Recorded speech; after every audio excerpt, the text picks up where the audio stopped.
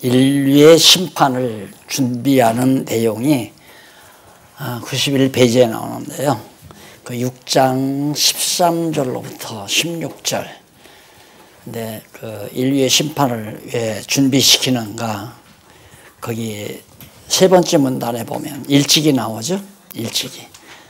보통 그렇습니다. 창세기 초두에는 영존하시는 그렇게 시작하는 것이 이제 근거와 내용과 이유, 해설이죠. 근거와 내용과 해설, 해석. 여기는 이제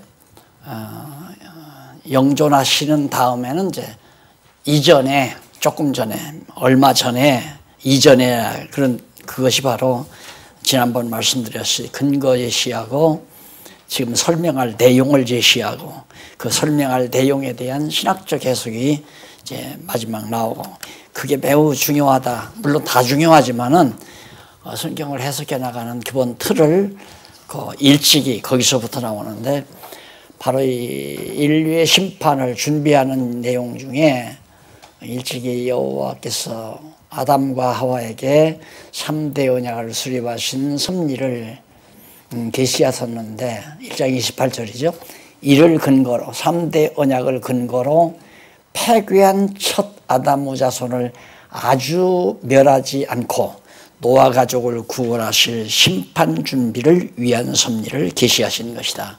그러니까 왜 인류의 심판을 왜 준비하시는가? 그건 아담과의 3대 언약에 근거해서 그 언약을 이루기 위해서는 심판을 준비해서 아담 가족을 살려내시려고 준비를 시킨 거다. 그래서 심판의 과정과 멸망의 7장 내용인데, 우선 방주로 홍수를 대비함, 이게 이제 준비한 거죠. 방주를 통해서 홍수 심판을 대비케 했다. 그것이 이제 근본 왜 그러셨는가? 하나님께서 아담과 언약을 하신 그 언약을 이루시기 위해서 그렇게 대비시킨 것이다. 근데 이것은 바로 그렇게 대비하신 이런 심판을 준비하셨는데, 이것이 뭐냐면 결국 거기 나오죠. 마지막 아담 메시아에 의해 택한 백성으로 지상교회를 세워 최후 심판을 준비케 하실 섭리에 대한 예표로서의 모형과 그림자다. 그러니까 방주를 짓는다고 하는 것은, 짓게 해서 준비시킨 것은 노아 가정을 구원시키기 위한 거 아니에요.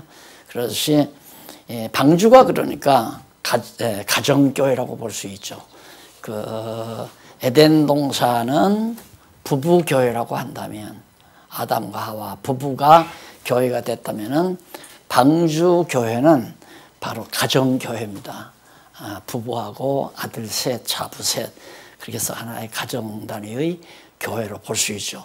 이 교회가 장차 마지막 아담 예수 그리스도를 통해서 오늘 이렇게 지상에 하나님 나라의 교회가 지상에 세워질 것에 대한 하나의 모형과 그림자적 사건이다.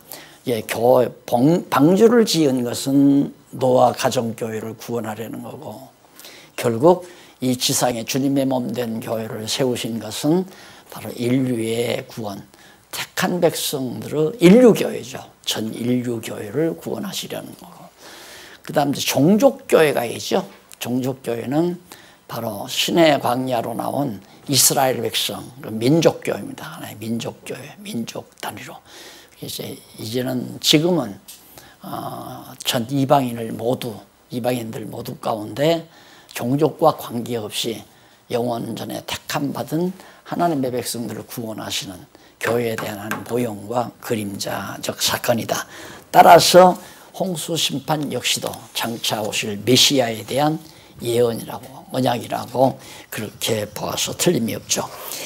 그러면 우선 13절로 16절에 보면 노아에게 물로 심판을 예고하며 방주를 짓도록 그렇게 합니다. 물로 심판하겠다. 그래서 너는 내가 너를 구원할 테니까 방주를 지어라. 그래서 순종하게 하시는 하나님. 그러니까 만약에 노아에게 하나님께서 은혜를 주지 않았다면 하나님이 명하시는 대로 방주를 지을 리가 없죠. 이건 내가 헛소리 들었나. 그리고 하나님 말씀 순종할 리가 없죠. 그런데 노아에게 바로 은혜를 주셔서 말씀을 듣고 깨달아 순종하게 하심으로 방주를 지어 구원에 이르도록 하시는, 그러니까 하나님께서 구원하고자 하는 자는 반드시 구원하신다는 것. 인간의 행위 여하와 관계없이 하나님은 당신의 계획대로 모든 일을 섭리하신다는 주권적 섭리라고 하는 것에 강점을 두고 이해를 하셔야 됩니다. 그래서 17절로 22절 보면 가족과 기타 모든 것을 방주로 드리라고 명하시죠. 그럼 여기서 이제 방주를 상당히 크게 지었는데 거기 나오잖아요. 방주가 규모는 미터로 만약에 환산한다면 길이가 한 150m, 길이가 한 150m 정도, 그 다음 넓이는 25m 정도, 높이는 15m 정도. 15m면 아마 한 4층, 그렇지, 한 4층. 15m면 한 4층, 4층 더 되죠. 4층, 5층, 6층 정도, 6, 7층 이렇게 아파트 6, 7층 높이로 그렇게 지었다고 생각하시면 됩니다. 그런데 여기 이제 모든 방주로 가족과 그 다음 기타 모든 것을 방주로 드리는 이유가 뭔가. 자, 이것도 만약에 아담 가족만을 방주에 태워서 구원하신다면 하나님께서 에덴 동산에서 하나님 다 만들어 놓으시고 모든 짐승도 아담에게 주고 채소도 모든 과일도 다 그걸 다스리고 그걸 다 먹고 마시고 하라고 하나님이 그냥 언약으로 주었잖아요. 그런데 물로 다 심판해버리면 다 없어진단 말입니다. 짐승도 다 없어져 버리고 과목도 다 없어져 버리고. 그러니까 결국 하나님께서 아담과의 언약을 이루기 위해서는 방주화로 그 모든 아담이 이제 앞으로 살면서 다 다스리고 지배하고 이용할 수 있는 모든 생물들을 홍수 안에다 그냥 다 홍수에서 면하도록 방주로 드리게 하는 거죠. 자, 이렇게 해서 일단 심판이 준비가 됐죠. 홍수 대비를 했어요. 심판 준비를 했단 말입니다. 그리고는 이제 실제로 물심판을 하는데 어떤 과정을 통해서 이 과정이 나오고 여기 멸망, 실제로 이제 심판의 진행이 나오는 내용입니다. 자, 그러면 넘어가서 7장의 심판의 과정과 멸망에 대한 내용인데 그 밑에 세 번째 문단에 근거 나오죠. 일찍이 여호와 하나님께서 노아에게 사람과 영원히 함께하지 않고 120년 후 심판하실 것을 언약한 사실이 있어요. 그러니까 노아에게 미리 인간이 육체가 되므로 폐괴하니까 노아에게 이제는 내가 육체가 된 인간과 영원히 함께하지 않는다. 그 영원이란 말을 오랫동안 함께하지 않겠다라고 내가 그렇게 번역을 하고 그랬죠. 영원히 함께한다면 지금도 안 해야 돼요. 하나님이 우리와 함께 안 해야 돼요. 그러니까 영원이란 말을 구약에서는 해석을 할 때 오랫동안이라고 해석을 하고 그 다음에 신약에서는 영원이라고 해석하는 것이 무난하게 다 정리가 가능한 겁니다. 그러니까 언어라고 하는 것은 그냥 인간들이 사용하는 언어를 하나님의 신적 용어로 사용하기 때문에 전체 성경 흐름을 통해서 번역을 해야 돼요. 그런데 과거 신약 성경 번역자들이 그냥 영원이면 영원이라고 다 번역해 버리니까 만약에 구약에 노아에게 영원히 함께하지 않는다고 했으면 지금도 안 해야 되잖아요. 영원히 안 하니까. 그러면 천국 가서도 안 해야 되고. 그러니까 구약에서는 오랫동안 이렇게 번역하는 것이 무난하고 신약에 와서는 이제 영원이라고 번역하는 것이 무난하리라고 그렇게 생각. 대개는 그래요. 예외가 들어 있을 수 있지만은. 그래서 그 방주로 홍수를 대비하는 것, 결국 이런 것들도 의중에는 지상의 교회를 통해서 자꾸 교회하면 이 건물 생각하지 마세요. 교회하면 이 건물 생각하지 말고 성령의 교통하심을 생각했어요. 교회란 뭐냐? 성령의 교통하심. 성령이 북에 있는 사람이나 남쪽에 있는 사람이나 동쪽이나 서쪽 세상 어디에 있든지 같은 성령이 교통해 갈 때 그리스도 안에서 한 지체가 되지는 그게 이제 교회죠. 그러니까 그런 교회를 통해서 마지막 심판을 대비하는 이런 모습을 의중에 두고 제목도 방주로 홍수를 대비한다 이렇게. 그래서 거기 또 보면 여기는 또 이전에 그랬잖아요. 이전에. 왜? 조금 전에 노아에게 했던 거니까. 그래서 노아는 여호와께 은혜를 입었더라. 창세기 6장 8절에 나오는 얘기예요. 그게 조금 전에, 얼마 전에 하나님께서 은혜 입혔다고 그랬어요. 그래서 그 말씀을 계시하셨는데 은혜 입힌 이것을 근거로 노아 가족이 홍수 심판을 대비하기 위해 방주를 마련하게 하신 섭리를 계시하신 것이다. 그러니까 결국 하나님께서 우리를 영원한 하나님의 나라로 구원해 주시려고 지상에 하나님의 나라를 세우시고 우리로 하여금 주님의 몸된 지체로 살아가게 하신다는 의미죠. 그래서 결국 이런 것은 뭘 뜻하는 거냐?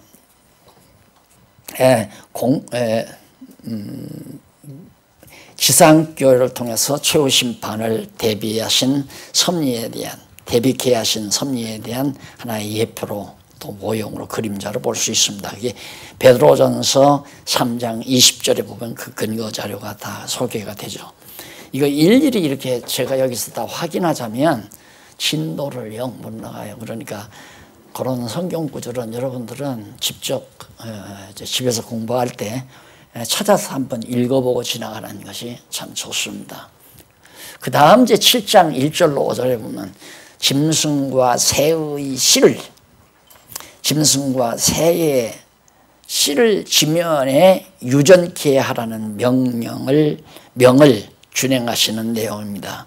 짐승도 새도 모든 씨앗도 지면에 유전케 하라. 그건 아까도 말씀드린 대로 아담에게 창조해서 다 주기로 맡겨서 다스리고 통치하게 하시려고 했던 건데 홍수 심판을 통해서 다 멸하면 안 되니까 그런 걸 다 보존해서 여전히 아담과의 언약을 아담의 우선인 노아를 통해서 유지해 가시려는 하나님의 배려가 바로 그 대목에 나타나 있는 겁니다. 그 다음 넘어가서 7장 6절로 12절에 보면 노아가 600세 되던 해 비가 40주야를 땅에 쏟아졌다고 했어요. 600세 되던 해에 비가 40주야, 밤낮으로 40일 동안 비가 쏟아졌다. 그래서 이게 이제 성경에 흠잡으려고 하는 모든 자유주의 신학자들은 이 물이라는 게 한계가 있는데, 그리고 요즘에 이제 북극에 그 빙하가 녹아내리니까 수위가 지금 한 1cm인가 전체 바다 수위가 높아졌다고 그러잖아요. 그러니까 이 지구상에 있는 모든 물은 딱 얼마라고 한계가 있다 이거예요. 그런데 홍수가 어떻게 산 정상까지 다 넘어가느냐? 40일 동안 어디서 그렇게 비가 다 쏟아지느냐? 이러면서 이제 문제를 제기하거든요. 참 인간들이 가지고 있는 기존 상식이죠. 내가 볼 때는 상식은 뭐라고 설명할 수 있냐면 저는 그래요. 나타난 현상에 대한 내 이성적인 하나의 그 판단, 그걸 상식이라고 나는 생각하거든요. 나타난 현상에 대한. 그러니까 그 근원도 모르고 결과도 모르고 그냥 나타난 현상에 대해서 아하, 비가 오니까 물이 늘어나는구나, 해가 뜨니까 밝고 또 해가 지니까 어둡구나, 이런 건 다 상식, 그렇게 하는 건 상식이에요. 그런데 어떻게 해서 해가 뜨고 해가 지고 그래서 이제 왜 그것은 상식으로는 몰라요. 그래서 나는 일반 학문이라는 거에 천하 없어도 다 상식이 그친다. 왜 그러냐면 근원도 모르고 결과도 없으니까. 창세기 지난번 공부할 때 물리학 얘기했잖아요. 물리학의 현주소라는 것이 왜 그런지를 모른다 이거예요. 왜 그런지를. 그러니까 이 물질이 여차해서 이렇게 되는데 산소와 수소가 더해서 물이 됐는데 그게 왜 그러는지는 알 수가 없다. 그리고 그건 상식이죠. 나타난 현상을 보고 이제 뭐 인식을 한 거니까 적어도 진리를 인식했다고 한다면 왜 어떻게 결과는 이게 딱 떨어져야 이제 진리로 정리되는 거 아니에요. 그러니까 이 노아 홍수도 그냥 상식적으로 보면 그렇죠. 바닷물이라는 게 물이라는 게 지상에 한계가 있는데 어떻게 지구가 육지가 다 덮이도록 물이 왔느냐. 그래서 국부적으로 그 아라산 부근에만 그렇게 홍수가 내렸다. 이렇게 또 갖다가 붙이는 사람도 있는데 그게 전부가 다 상식적인 얘기예요. 그럼 우리의 상식을 뛰어넘는 진정한 의미는 뭐냐면 원래 이게 다 물이란 말입니다. 아랫물. 우리 지금 지구가 있었던 게 아랫물 속에 있었던 거 아니에요. 그래서 아랫물에서 육지가 솟아난 거예요. 그럼 육지가 솟아나고 물은 한 곳에 모였는데 그러면 이 땅속 전체가 육지, 흙덩어리냐? 그건 아니란 말입니다. 이 땅 속에도 물이 있잖아요. 물 부분이 있고 땅 위에도 역시 물이 위에서 솟아나가지고 아래로 흐르잖아요. 이게 땅 위에도 물이 있다는 얘기거든요.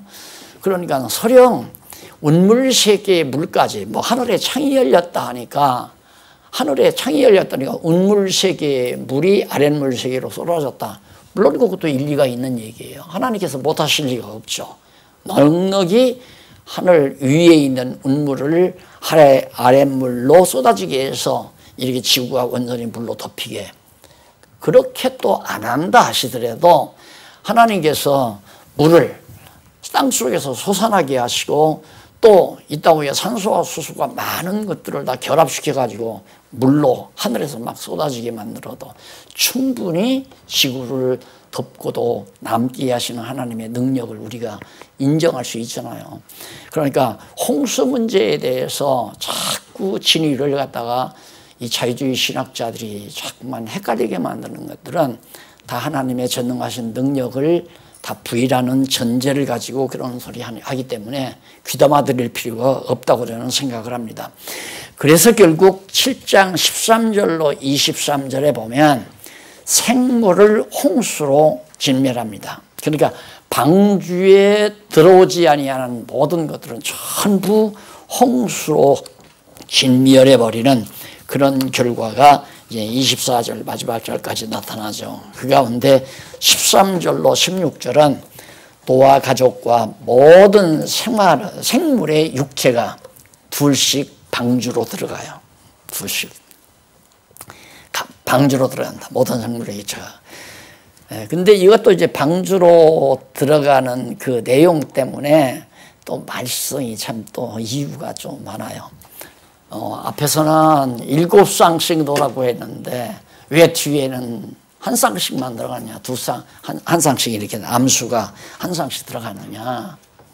그래가지고 이것도 문서가 다르다 이렇게 주장하는 사람이 있어요. 앞에 보면 그 요 부분에 보면 7쌍씩 짐승 정결한 건 7쌍, 부정한 건 2쌍, 그러죠? 그리고 이제 그거 집어넣을 때 한 쌍씩 집어넣었다고 그랬죠? 그러니까 얼른 보면 헷갈리게 돼 있어요. 야, 앞에서는 7쌍 넣으라고 놓고 왜 뒤에 와서 정결한 짐승을 2쌍, 한 쌍씩 집어넣나. 야, 앞뒤 문서가 정말 다르구나. 그래서 이제 문서서를 자꾸 주장하잖아요. 성경은 하나님의 말씀이 아니라 문서다. 그런데 그게 아니고 잘 보면 7쌍씩 넣으라고 하는 건 넣는 숫자를 매겨, 수량. 몇 쌍을 집어넣느냐, 얼마를 집어넣느냐, 그 수량을 말하는 거고, 한 쌍씩 집어넣으라고 하는 것은 방법을 말하는 거예요. 방법을. 그러니까 암수 한 쌍씩 짝을 지어서 집어넣어야 틀림없지. 그냥 7쌍 집어넣으라고 하는데 그냥 집어넣다가 보면 암놈이 예를 들어서 5마리고 순놈이 9마리고 그렇게 되면 안 되잖아요. 그래서 넣을 때 방법으로 한 쌍씩 한 쌍씩 들어가서 7쌍 넣어라. 그 얘긴데 그걸 갖다가 그렇게 자유주의자들의 눈 속에는 다든지 성경에서 흠을 잡으려는 거예요. 성경에 모순이 없나? 야, 이거 봐라. 앞부분에서 7쌍인데 왜 뒤에서 한 쌍이냐? 야, 이거 봐라. 맞아.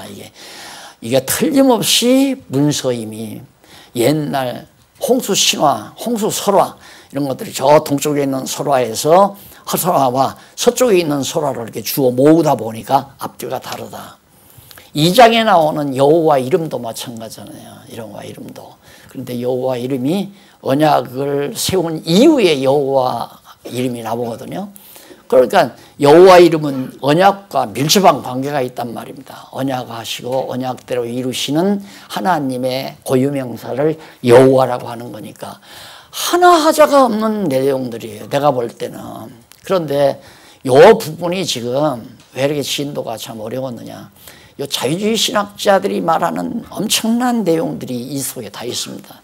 그래서 자세히 읽어보면 전부 다 커버할 수 있도록 정말 방어벽을 다 쳤고 도구를 다 마련했어요. 우리가 지금 말하는 이것을 어떤 또 트집지 않은 사람들이 그걸 유출설이라고 얘기할 거예요. 박용규 목사는 유출설이다. 그렇게 무식한 소리를 자꾸 하니까 만나서 좀 얘기하자면 안 만나요. 만나서 얘기하면. 그 이번에도 뭐 기독공부에 나왔다는데 옛날 오래전 10년도 넘은 때 그 저쪽 부산에 있는 고신 측에서 뭐 이단이라고 했다가 불러 올렸잖아요. 만났어요. 뭐 그 목사님들은 보통 뭐 대단한 호텔에서 만나더라고요. 워커힐에서 이제 만나는데 이단 대책위원장님이 오셨어요. 센 분이 오셨더라고요. 나 단둘이 만나가지고 뭐 때문에 이단이라고 합니까? 그러니까 날들 하나하나 신문을 해요. 자기가 묻고 대답하고 그래. 지금 뭐 나하고 무슨 뭐 신문하는 거예요? 뭐 탁구 치자는 거냐고. 그러지 말라. 나는 전택설자야. 당신은 전택설자, 후택설자고. 그럼 전택설자 그러면 이단이냐? 그러니까. 어이, 목사님 전택설이 뭡니까? 얘기가 안 된다니까. 그러니까 당장 얼굴이 빨개지면서 그러면 제가 가서 교수들하고 상의해가지고 이제 정리가 되면 다시 오겠습니다. 지금까지 안 나타난다니까. 나타나기만은 참 좋겠는데 지금도 내가 계속 그러거든요. 만나서 직접 만나서 얘기하자. 신학 토론하자. 누구라도 와라. 누구라도. 다 커버할 테니. 커버가 아니라 다 답변을 해줄 테니까. 그래서 정말 이 말씀을 성경을 이렇게 공부하고 지금 이단들이 막 속출하고 지금 뭐 참단이라고 난리를 치는 사람 다 새빨간 사람들이 아무것도 몰라가지고 지금 다 아는 척 한단 말입니다. 그러니까 모르니까 무조건 믿으라고 자꾸 하고. 아이 총신 가면 뭐예요. 총신도 나 결국에는 가니까 목사님 그러더라. 그냥 무조건 믿어. 알고 믿어. 알고 어떻게 뭘 아는데 뭐하러 믿냐. 모르니까 믿는 거지. 그러니까 모르니까 무조건 믿어라. 신학교에서 그런 식으로 가르치니까 몇 년 동안 등록금 낸 게 아깝지만 그래도 확인했으니까 좋잖아요. 야, 이 무식한 사람들만 모였구나. 그래서 길러내가지고 결국에는 교회를 하니까 교회가 다 망가지는 거고 성경은 안 가르치고 이상한 소리들만 자꾸 하고 있고.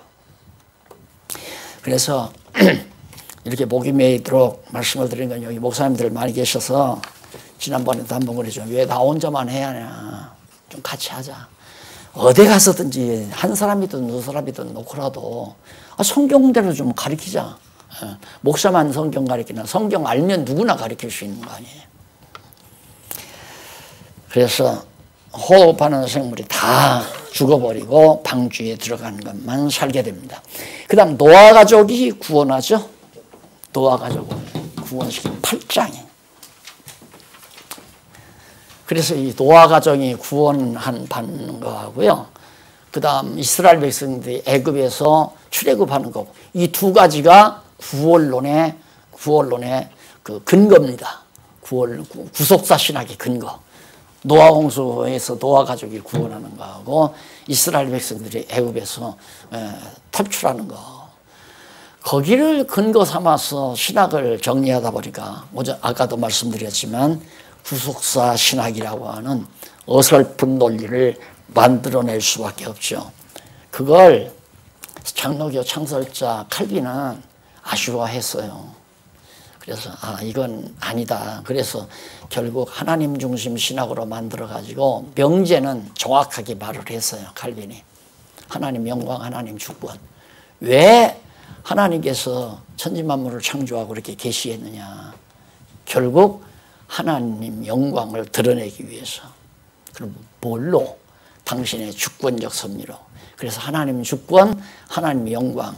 왜? 누가? 이 두 가지를 정확하게 말해놨는데 그걸 성경 전체 속에서 이 체계를 잡아서 논리적으로 우리가 지금 공부하는 이것처럼 딱 해놨으면 얼마나 좋았겠어요. 근데 하나님께서 칼빈을 일찍 불러가셨어요. 불러가시고 500년 동안 또 우리 개혁파가 헤매게 하다가 지금 다 서구에서 다 무너나 버렸잖아요. 한국교회 다 무너나잖아요. 이런 판세에 하나님께서 초라하지만 우리가 앉아서 이렇게 정말 올바른 성경에 대한 내용을 다시 확인할 수 있다는 것은 정말 온 인류가 멸망하는 가운데서 노아 가족이 특별히 은혜를 입어 구원하는 그런 느낌을 깊이 저는 받고 있습니다. 그래서 홍수가 땅에서 이제 점점 물러가죠. 점점 물러가는데 1절로 5절에 보면 땅 위에 물이 감한 후에 방주가 아라랏산에 머물게 됩니다. 아라랏산이 지금도 중동 지역에 가면 있다고 그러죠. 위에 가면은 얼음산이 있대요. 얼음산이. 언젠가 이제 고고학 자료를 보니까 그런 얘기가 있더라고요. 그 얼음이 얼었는데 얼음 속에 깊이 보면 배가 배 조각이 얼음 속에 이렇게 들어있는 것이 보인다. 나는 확인을 안 해봐서 내가 뭐 그냥 그래서 본 것만 말씀하는데 그렇다고 해서 노아 사건이 사실이 아니라 고고학 자료보다도 더 분명한 것은 성경입니다. 그래서 이 고고학 자료를 성경보다 더 권위 있게 생각하면 안 돼요. 저는 그런 표준을 갖고 있기 때문에 누가 내가 이렇게 성경을 가리키니까 그 고고학 자료 서적을 사다 주더래요. 목사님 이거 참고해 보시면 참 좋을 거라고. 그래서 가끔은 이런 얘기를 하는데 이런 얘기가 참 위험스러워요. 왜 위험스러우냐면 고고학 자료에 있으면 진짜고 없으면 가짜라는 생각을 선입견을 갖게 되니까. 근데 고고학 자료보다도 더 분명한 건 바로 성경 기록이고요. 고고학 자료는 설령 아라랏산 언저리에 뭐 얼음 속에 배 조각이 있다 하지라도 다른 배 조각인지 어떻게 알아 그걸 또. 배가 한 채뿐인가? 그때 다 배 있었을 텐데. 그러니까 그것도 어리석은 얘기고요. 그래서 땅 위에 물이 감한 후에 방주가 아라랏산에 머무는 거 다 아시죠?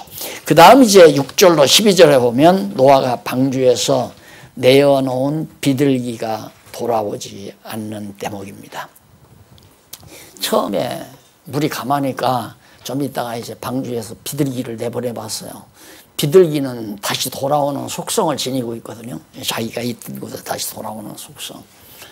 비둘기를 내보냈더니 처음에는 비둘기가 나갔다가 그냥 머물지 못하고 나무 잎새를 하나 물고 돌아왔어요. 그러니까 물이 상당히 감해서 나무들이 이제 이파리를 피는구나 그렇게 느낄 수 있잖아요. 그러다가 조금 있다가 내놓으니까 아주 안 돌아와 버리고 그냥 돌아오지 않았다. 그러면 완전히 이제 물이 감했다는 얘기거든요. 이렇게 감한 후에 거기 양쪽 가로 2번에 보면 땅이 보존됨을 작정하는 내용입니다.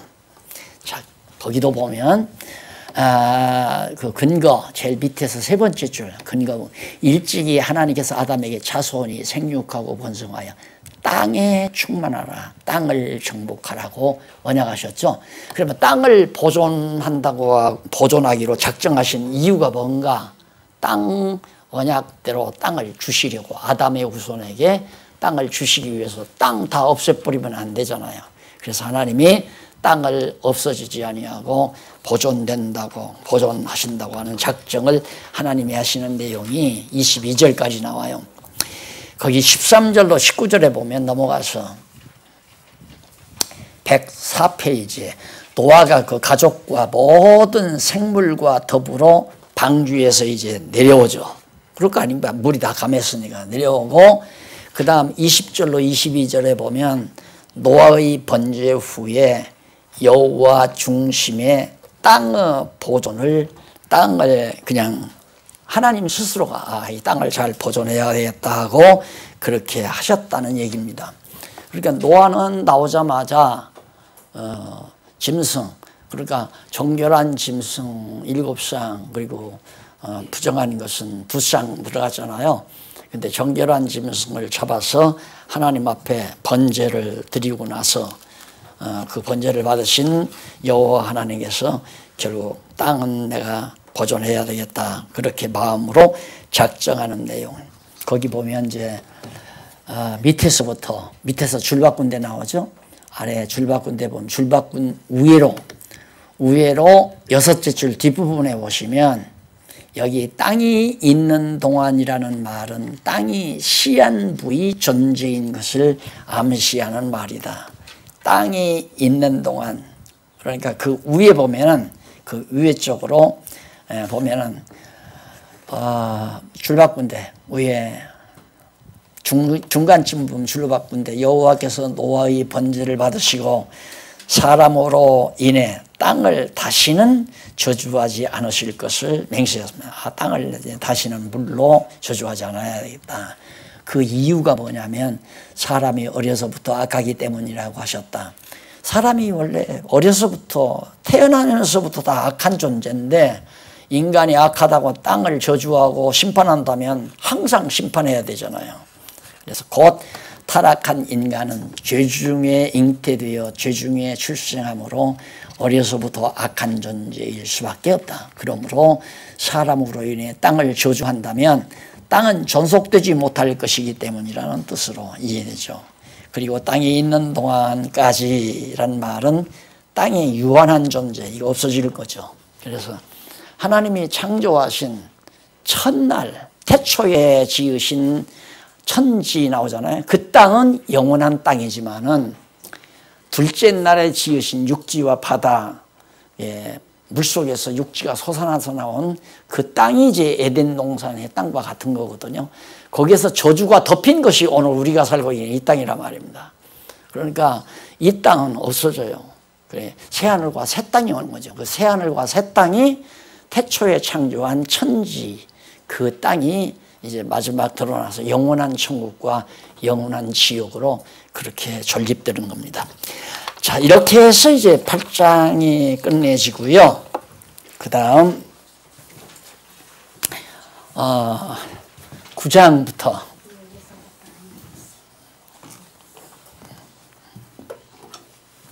구장에 보면 타락 후 시조와 언약입니다. 4.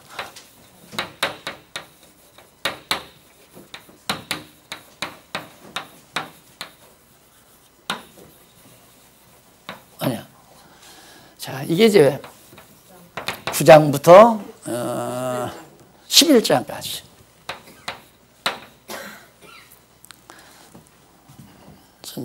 이제 여기까지 대충 기억이 나죠. 1장은 창조, 2장은 타락, 3장부터는 이제 하나님께서 아담의 후손들을 보호하고 뭐 범죄하고 그래 해서 마지막 한 게 이제 5장까지 나오고 아담 후손 사건이, 그래서 노아가 출생하는 사건이 나오잖아요. 그 다음 6장부터가 이제 노아의 생애가 쭉 되면서 홍수 심판이 나오고, 심판이 끝나자마자 타락한 후에 시조가 누구냐면 노아죠. 타락 후 시조가. 타락 전 시조는 아담이고, 타락 전 시조와 언약하시고, 타락 후 시조와 언약. 그래서 창세기 1장부터 11장까지가 인류의 시조와의 언약 아니에요. 인류의 시조.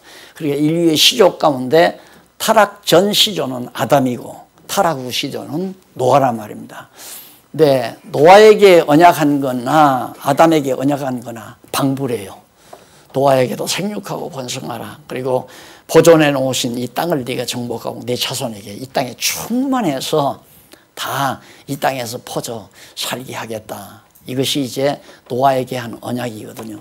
이게 이제 타락 후 시조와의 언약이에요. 그러면 아담에게 한 언약은 마지막 아담을 통해서 이루어 주실 실체적 언약이에요. 아담에게 한 건.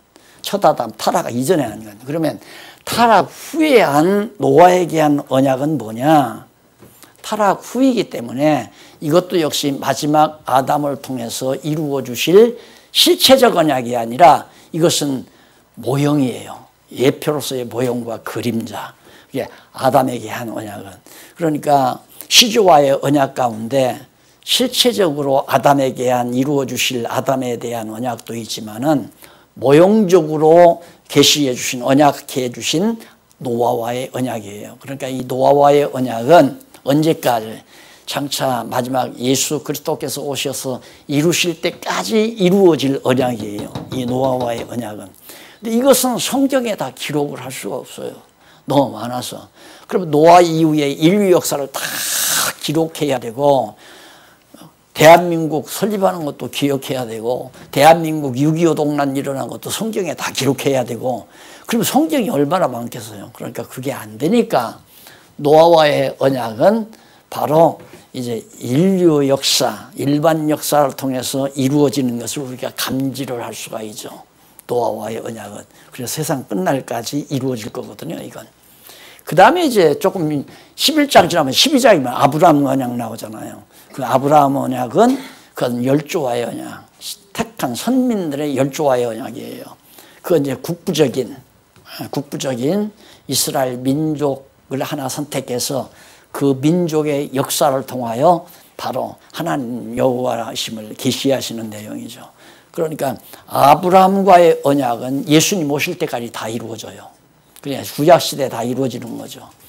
그러나 노아와의 언약은 예수님이 다음 재림할 때까지 이루어지는데 성경에 일일이 기록은 않지만 언약하신 그 언약 내용이 인류 역사를 통해서 이루어지는 모습을 우리가 감지를 할 수 있도록 그렇게 되어 있다. 그런 얘기예요. 자, 그럼 한쪽 가로 일단 그 근거 보십시다. 타락 시조와의 언약 근거.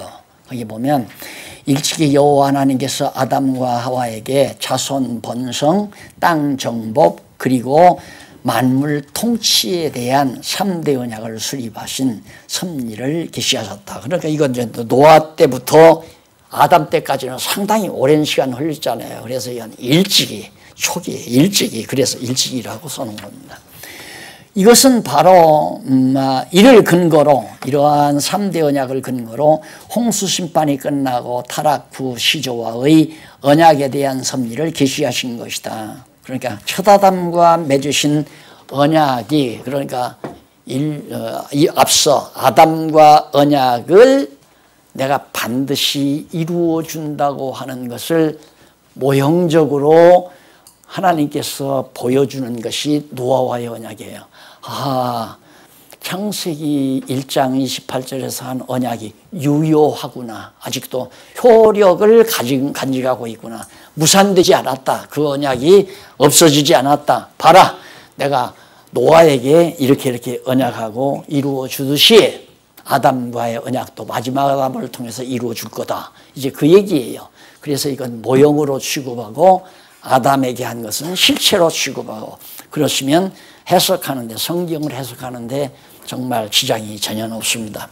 그 다음 노아와의 언약 수립에서 9장에 나오는데 이제 보시는 방법은 뭐 먼저도 설명했으니까 바로 첫 문단은 의미 분석이에요. 자, 9장 내용을 어떤 의미를 가지고 분석을 할 건가. 의미 분해. 하나.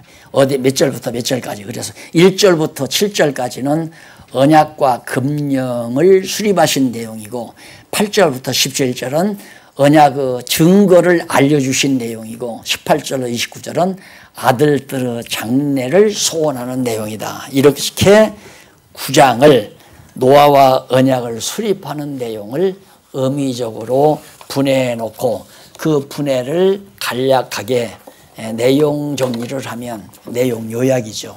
전체의 줄거리, 간략하게 줄거리. 그게 두 번째 문단이고 그 줄거리, 내용에 대한 근거와 내용과 해설은 바로 세 번째 문단, 거기다 나오죠. 일찍이 나오죠. 136페이지, 108페이지.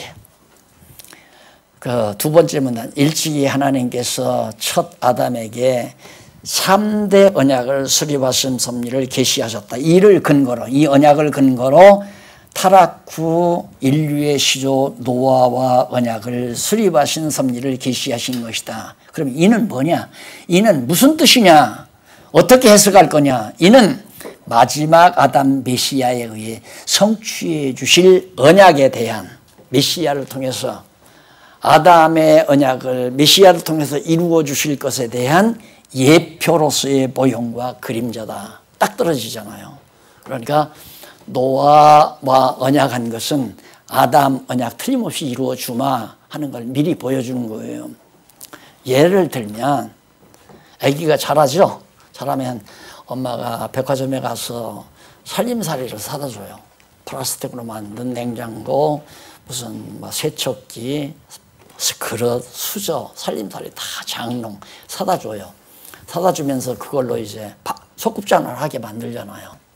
소꿉장을 시키는 너 30살 가까이 되면 좋은 남자친구 만나서 결혼해서 이렇게 사는 거다.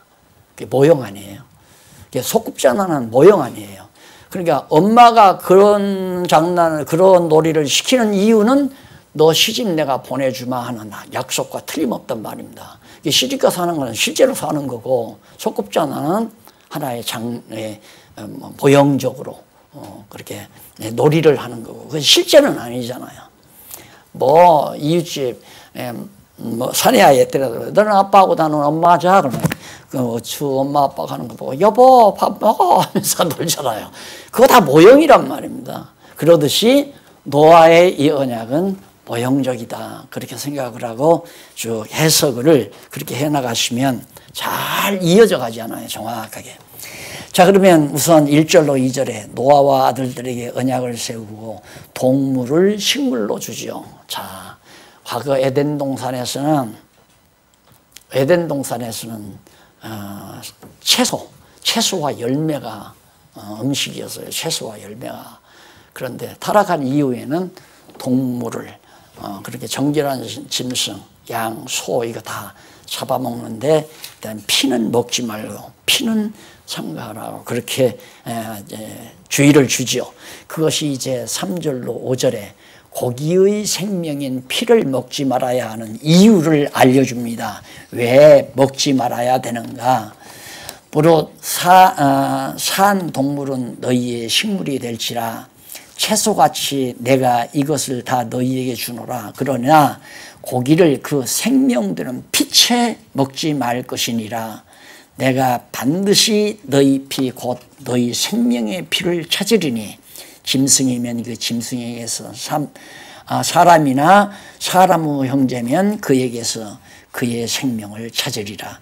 무릇 사람의 피를 흘리면 사람이 그 피를 흘릴 것이니 이는 하나님이 자기 형상대로 사람을 지었음이니라. 너희는 생육하고 번성하며 땅에 편만하여 그 중에서 정말 번성하라 하셨더라. 생육하고 번성해서 그 중에서 땅에서 편만하게 자라나는데 정결한 짐승의 고기는 먹되 피는 먹지 말라. 왜? 생명이니까. 그 말은 생명의 주인이 하나님이시라는 것을 다시 한번 확증해 주시오. 그래서 거기 이제 넘어가서 보면 그 이유에 대해서 110페이지 제일 위에 줄 중간에 보면 그리고 그 이유에 대해서 첫째 하나님이 자기 형상대로 사람을 지었기 때문이고 둘째는 너희는 생육하고 번성하여 땅에 편만하여 그 중에 번성해야 하기 때문에 절대 피는 먹지 말고 사람의 피를 흘리지 말아라. 짐승도 먹되 짐승의 생명을 소중히 여기기 위해서 그래서 고기는 먹고 피는 절대 먹지 말라. 왜 그러냐면 인간 사람에게 짐승의 피가 들어간다는 것은 짐승의 생명을 받는다는 얘기 아니에요. 그래서 짐승의 고기는 그래 피를 먹지 말라고 그랬는데 요즘 뭐 순댓국 나도 먹는데 뭐 순댓국 먹고 안 그래요? 순댓국은 전부 피로 돼지 피로 만들고 소 피로 만들죠. 네, 지금은 이제는 그 상관없는 거죠. 이거 다 모형이니까 이때는 모형이니까 문제는 남의 생명 우리가 죽이거나 해하거나 하지 말라는 말로 우리가 지금은 이해하면 됩니다. 언약의 증거를 알려줍니다. 그러면 이렇게 언약을 하나님께서 생육하고 번성하고 피는 먹지 말라고 언약해놓고 그 증거를 알려주는데 증거가 뭐냐면 9장 8절로 12절 보면 노아 자손과 생물을 홍수로 멸하지 않을 것을 언약을 합니다. 절대 노아 자손. 아까 그랬죠? 아담에서 셋. 셋은 이제 아벨이죠. 아벨 대신 셋. 셋 다음에 노아. 노아 다음에 셈. 셈의 자손에서 아브라함 나오죠. 아브라함 다음에 이제 유다 다음에 다윗 다음에 예수. 이렇게 나와요. 그러니까 하나님께서 노아에게 자손과 생물을 홍수로 멸하지 않는다. 심판하지 않겠다는 얘기 아니에요. 보존하겠다. 땅도 보존하고 노아 자손, 노아 자손도. 그 말은 노아 자손 셈의 후손에서 아브라함도 멸하지 않고 유다를 통해서 다윗이 나오고 다윗 대신 다윗의 아들로 예수님이 출생하게 하실 이걸 내다보면서 그러니까 하나님께서는 창조할 때부터 빛이 있으라 했잖아요. 그 빛이 있으라 하면서 태초에 창조할 때부터 세상의 빛으로 오실 예수 그리스도를 내다보면서 빛이 있으라고 창조 시작한 거란 말입니다. 그러니까 시작할 때 끝날 마지막 저 종말을 바라보면서 계속 당신의 정하신 경륜 따라 역사를 진행해 간다는 걸 알 수 있잖아요. 자, 이걸 지금 우리가 엊그저께 교회 주일날 공부하면서도 말씀드렸지만 이 정보를 이렇게 써드리는 거 저렇구나 암기하는 게 중요한 게 아니에요. 이대로 믿어지는 게 중요하거든요. 정말 그렇구나. 정말로 그렇구나. 그러면 셈이 저 죄를 안 져서 아브라함이 죄를 유다가 다윗이 죄를 형제 중에 유다가 제일 치졸한 범죄를 했잖아요. 유다가 자기 며느리하고 간통을 해가지고 결국은 그 며느리 중에서 유다 그 자손 중에서 이제 다윗이 나오고 다윗이 또 얼마나 또 못된 짓을 했어요. 남의 아내 뺏으려고 남편 죽이고 이런데도 그 교통을 통해서 예수 그리스도가 오잖아요. 이것이 바로 뭐냐? 이런 자들이 이런 모든 죄인들의 죄를 대신 걸머지고 그런데 그 사람들은 귀가 있는지 없는지 모르겠어요. 내가 얘기를 했거든요. 예수님 스스로가 범죄하는 게 아니다. 예수님 자신이 범죄한 죄가 아니라 우리들의 모든 죄를 다 걸머지신 분이다. 그러니까 세상 죄를 지고 가는 하나님의 어린 양이라고 그랬잖아요.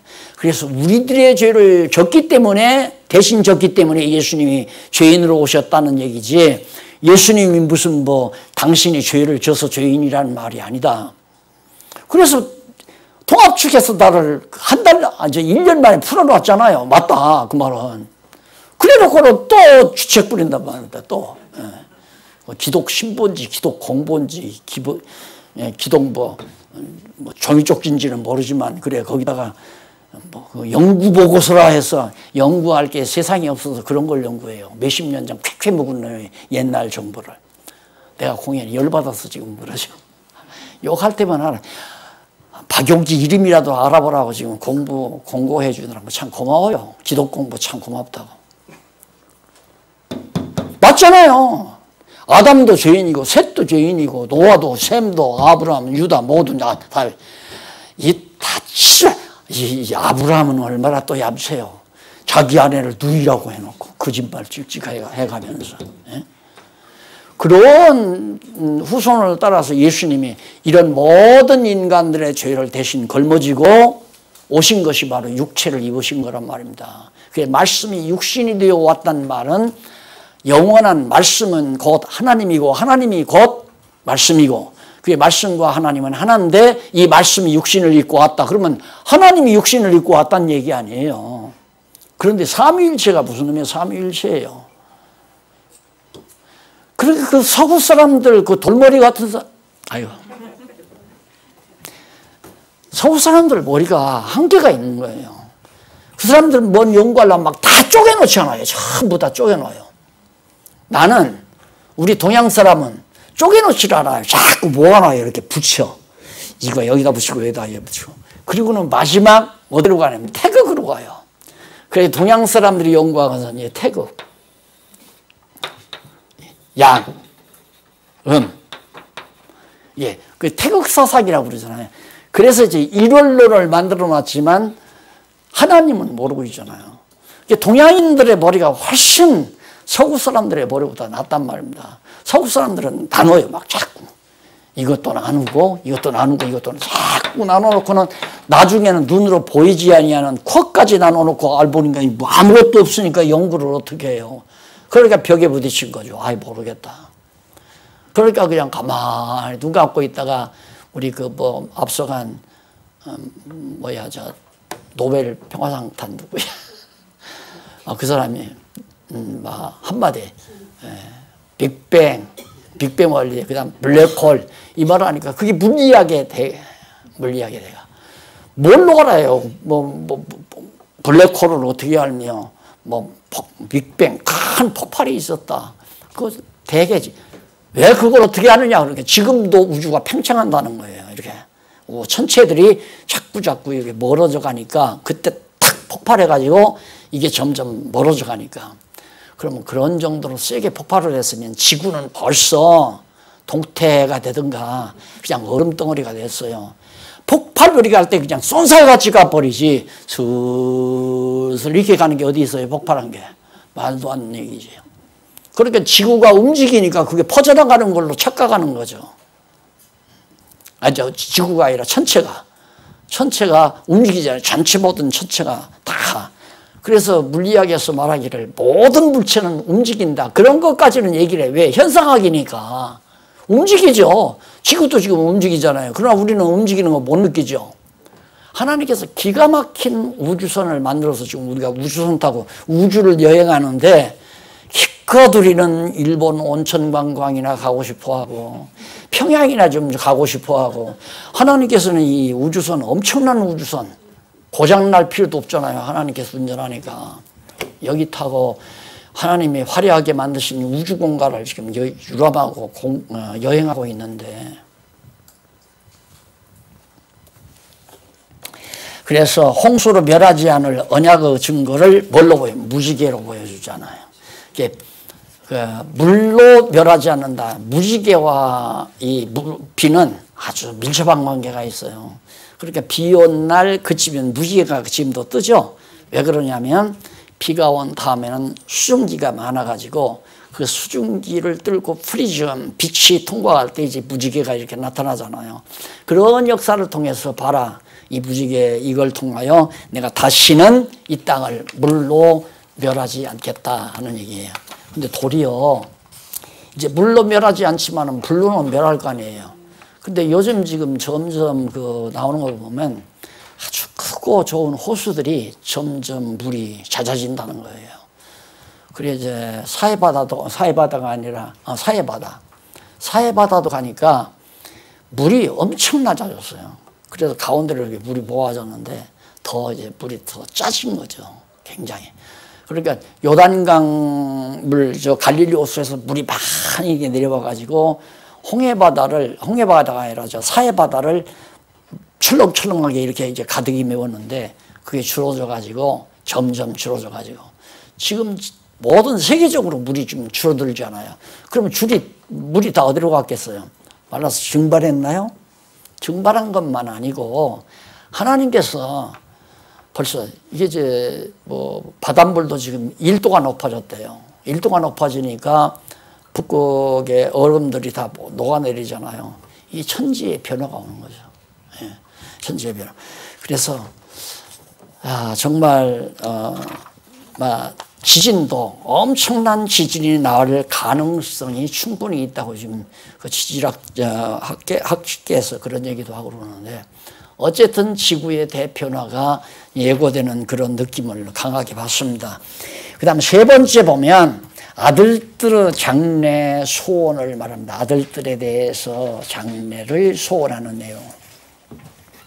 거기 보면 18절로 23절은 포도주에 취해 벌거벗은 노아에게 세 아들이 대처하는 내용이 나오죠. 노아가 이제는 농사를 짓고 포도 농사를 가꾸어서 풍년을 들어서 이제 소출을 하다 보니까 포도로 이제 주를 담았을 거 아닙니까? 술을 담겨놓고 포도주를 담아놓고 그걸 마음껏 먹었어요. 그러니 뭐 넉다운 되죠.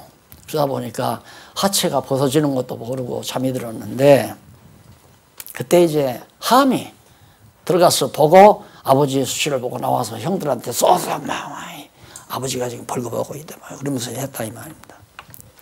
그러니까 두 형제가 그러면 되느냐고 해서 옷을 가지고 뒷걸음질 쳐서 이제 가서 아버지 하체를 덮었잖아요.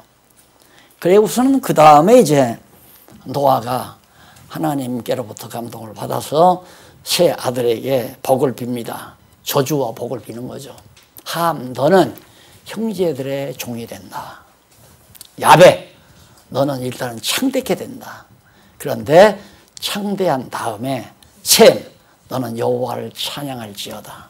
셈은 여호와를 찬양하고 야벳은 창대해지고 함은 노예가 되고. 그런데 역사 과정에서 함은 흑인들이 비교적 아프리카 쪽이거든요. 애굽을 비롯해서 아프리카 쪽으로 이제 함의 후손들이 그 바벨탑 무너지는 장면이 나오면 다 나옵니다만은 아프리카 쪽으로 이제 가요. 그 자손은. 그 다음에 야벳은 어느 쪽으로 가느냐면 이제 흑해 있죠. 그 지중해 북쪽으로 북동쪽으로 흑해가 있어요. 흑해 언저리 거기다 살기 좋은 곳입니다. 그냥 유럽으로 연이어지는 곳인데 그쪽으로 가가지고 완전히 유럽 문명의 조상들이 되잖아요. 유럽 문명의 조상은 야벳의 후손들이에요. 그다음 셈의 후손은 어디? 셈의 후손은 이스라엘 사해바다 동쪽 홍해바다 홍해가 아니고 지중해 동쪽 연안으로부터 시작해서 이란, 이라크, 파키스탄, 아프가니스탄, 중국, 인도, 일본 이렇게 해서 동남아 이런 쪽으로 퍼져나오는 것이 이 동방으로 보는 그게 우리가 셈의 자손이라는 말입니다. 근데 셈의 자손은 여호와를 찬양할지어다. 그게 복이에요. 그런데 역사가 그대로 흘러가잖아요. 그러니까 지금까지의 역사는 함의 자손이 야벳의 종로로 돼서 완전히 야벳 문명을 유럽 문명을 창출해내는 역사를 해온 거예요. 그 마지막 단계가 바로 트럼프가 지금 저렇게 강한 미국 우리가 강해야 된다 해서 지금도 최강이지만 자꾸 보니까 자기가 눌리는 것 같으니까 지금 불안한 거예요. 미국이. 그러니까 안 된다. 우리는 다른 나라 돕는 것보다 우리가 더 강해져야 된다 해가지고 정책을 그렇게 하다 보니까 지금 많은 사람들의 원한을 사고 있는데 그게 하나님 뜻대로 되는 거거든요. 내가 볼 때 다른 사람들은 트럼프 욕하는데 나는 그런 사람들을 욕 안 해요. 김정은이도 욕 안 하고. 왜?